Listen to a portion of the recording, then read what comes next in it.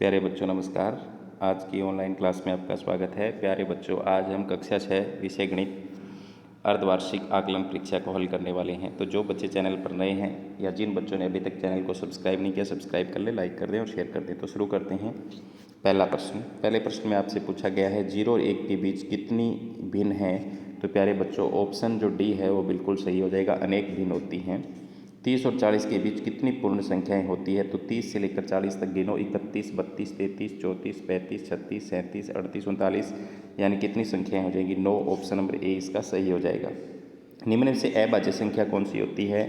2, 1, 4, 9। तो 1 जो है वो न तो भाज्य में आती है और न अभाज्य में। 4 भाज्य है, 9 भाज्य है, तो कौन सी हो गई। 2। ऑप्शन नंबर ए इसका सही हो जाएगा। आगे दो बिंदुओं से होकर कितनी रेखाएं खींची जा सकती है। जैसे एक बिंदु ये है, एक बिंदु ये है, इनसे होकर सिर्फ एक रेखा खींची जा सकती है। तो ऑप्शन नंबर सी इसका सही हो जाएगा। आगे है सबसे कम भुजाओं वाला बहुभुज कौन सा है। पंचभुज, षटभुज, चतुर्भुज, त्रिभुज। तो प्यारे बच्चों, 3 भुजाओं से बनता है त्रिभुज। चतुर्भुज में 4 होती है, षट में 6, पंच में 5। तो सबसे कम बड़ा कौन सा हो जाएगा, त्रिभुज। ऑप्शन नंबर डी इसका सही हो जाएगा। एक ऋजु कोण का माप कितने अंश का होता है। तो प्यारे बच्चों, ऋजु कोण होता है 180 डिग्री का। इनमें से कौन सा पूर्णांक सबसे बड़ा है। तो प्यारे बच्चों, सारे माइनस के हैं। माइनस का जितना बड़ा होगा वो उतना ही छोटा होगा। तो यहाँ पर माइनस का जितना छोटा होगा उतना ही वो बड़ा होगा। तो ऑप्शन नंबर ए इसका सही हो जाएगा। आगे -52 में 52 जोड़ने पर क्या प्राप्त होगा। तो बिल्कुल 0 प्राप्त होगा। कैसे। -52 + 52, तो दोनों क्या हैं, कैंसिल। 52 में से 52 गए 0, 52 में से 52 गए क्या हो जाएगा, 0। 8 घंटे एक दिन की कौन सी भिन्न है। तो प्यारे बच्चों, कैसे निकालेंगे। एक दिन में 24 घंटे, 8 ऊपर लिखेंगे, 8 एकम 8, 8 तिये 24, तो 1/3। तो ऑप्शन नंबर बी इसका सही हो जाएगा। 7/100 को दशमलव रूप में लिखें तो 2 शून्य हैं, तो 7 तो है ही, 7 से पहले 0 लगा के 0.07। तो ऑप्शन नंबर ए इसका सही हो जाएगा। आगे है सत्य असत्य। 1 लाख में 10 10,000 होते हैं, बिल्कुल सही है। तो सत्य लिखेंगे। सबसे छोटी संख्या 4, भाज्य संख्या 4 होती है, तो ये भी सत्य है। 4 से शुरू 4 ही होती है। वृत्त का केंद्र वृत्त के आंतरिक भाग में होता है, तो ये वृत्त है। वृत्त का केंद्र अंदर होता है, बिल्कुल होता है, ये भी सत्य है। घनाभ में कितने फलक होते हैं प्यारे बच्चों, 6 फलक होते हैं। जैसे एक ईंट के फलक गिन लो, कितने होंगे, 6। 1 किलोग्राम में खालिस्तान ग्राम होते हैं, तो 1000 होंगे। रोमन संख्याओं में लिखिए। 73 को लिखना है, तो इस तरीके से हम लिख सकते हैं। 95 को ऐसे लिख सकते हैं। सरल करो, तो यहाँ पर 1547 गुणा 85 प्लस में 1547 गुणा 15, तो इन सब में से कॉमन निकाल लिया हमने बाहर। 1547 अंदर 85 और 15 रह गए। 85 और 15 क्या हो जाएंगे, 100। इसकी गुणा करनी है तो इसके आगे 2 जीरो ही लगानी है। ऐसे ये हल हो जाएगा।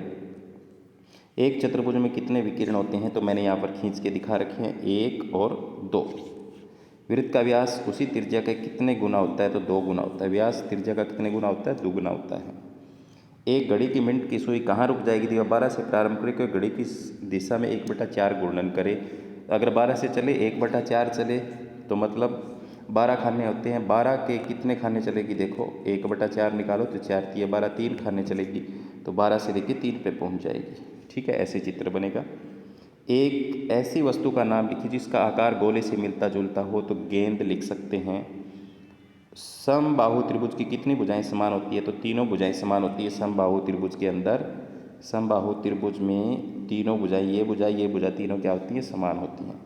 मान ज्ञात कीजिए, तो यहाँ पर क्या है, -50 माइनस ब्रैकेट शुरू -40 प्लस -2, तो ब्रैकेट खोलेंगे तो ये 50 ही रहेगा। ये प्लस का 40 हो जाएगा, क्योंकि ब्रैकेट के अंदर और बाहर माइनस हो तो प्लस हो जाता है, ये माइनस का ही रहेगा।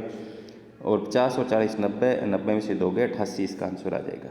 आगे 2 और -2 के बीच कितने पूर्णांक होंगे। तो मैंने यहाँ पर रेखा चित्र खींचा हुआ है, देखो इसमें कितने पूर्णांक आप गिन लो, 1, 2 और 3, तो 3 पूर्णांक होंगे। राजू एक पुस्तक 85.65 रुपये की खरीदता है। उसने दुकानदार को 100 रुपये दिए, तो दुकानदार उसे कितने रुपए वापस देगा। तो दुकानदार को कुल रुपए दिए 100 और पुस्तक खरीदी इतने रुपए में, शेष रुपए घटा लो। तो यहाँ से हासिल लेकर के आएंगे 10 हो जाएगा। 10 में से 5 गया 5, यहाँ 9 बच जाएंगे। 9 में से 6 गया 3, यहाँ 9 में से 5 गया 4, यहाँ 9 में से 8 गया 1, 14 रुपये 35 पैसे बच जाएंगे। ठीक है। आगे 3 अंकों की सबसे बड़ी संख्या ज्ञात कीजिए जो 8, 10 और 12 से विभाज्य हो। तो तीनों को इकट्ठा करके ऐसे इसका लघुत्तम समापवर्तक निकाल लेंगे। लघुत्तम कितना आएगा 120। तो 3 अंकों की बड़ी से बड़ी ज्ञात करनी है। तो 3 अंकों की कब होगी, जब 120 को हम 8 से गुणा करेंगे तो 960 आएगी, जो 8, 10, 12 तीनों से विभाज्य होगी। आगे तुल्य भिन्नों का सही मिलान करना है। तो देखो 25/40 को हल करते हैं तो 5/8 आता है। तो 5/8 यहाँ पे है, 5/8 जो है वो यहाँ है। 188/200 को हल करते हैं तो 9/10 आता है, 9/10 यहाँ पे है। 19/57 को हल करते हैं तो 1/3 आता है, तो 1/3 यहाँ है।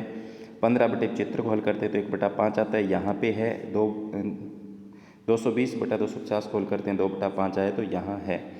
तो इस तरीके से हम इनका सही मिलान कर सकते हैं। तो ये था आज का आपका पेपर, बिल्कुल आसान था। उम्मीद करता हूँ कि आपने भी अच्छे से किया होगा। धन्यवाद।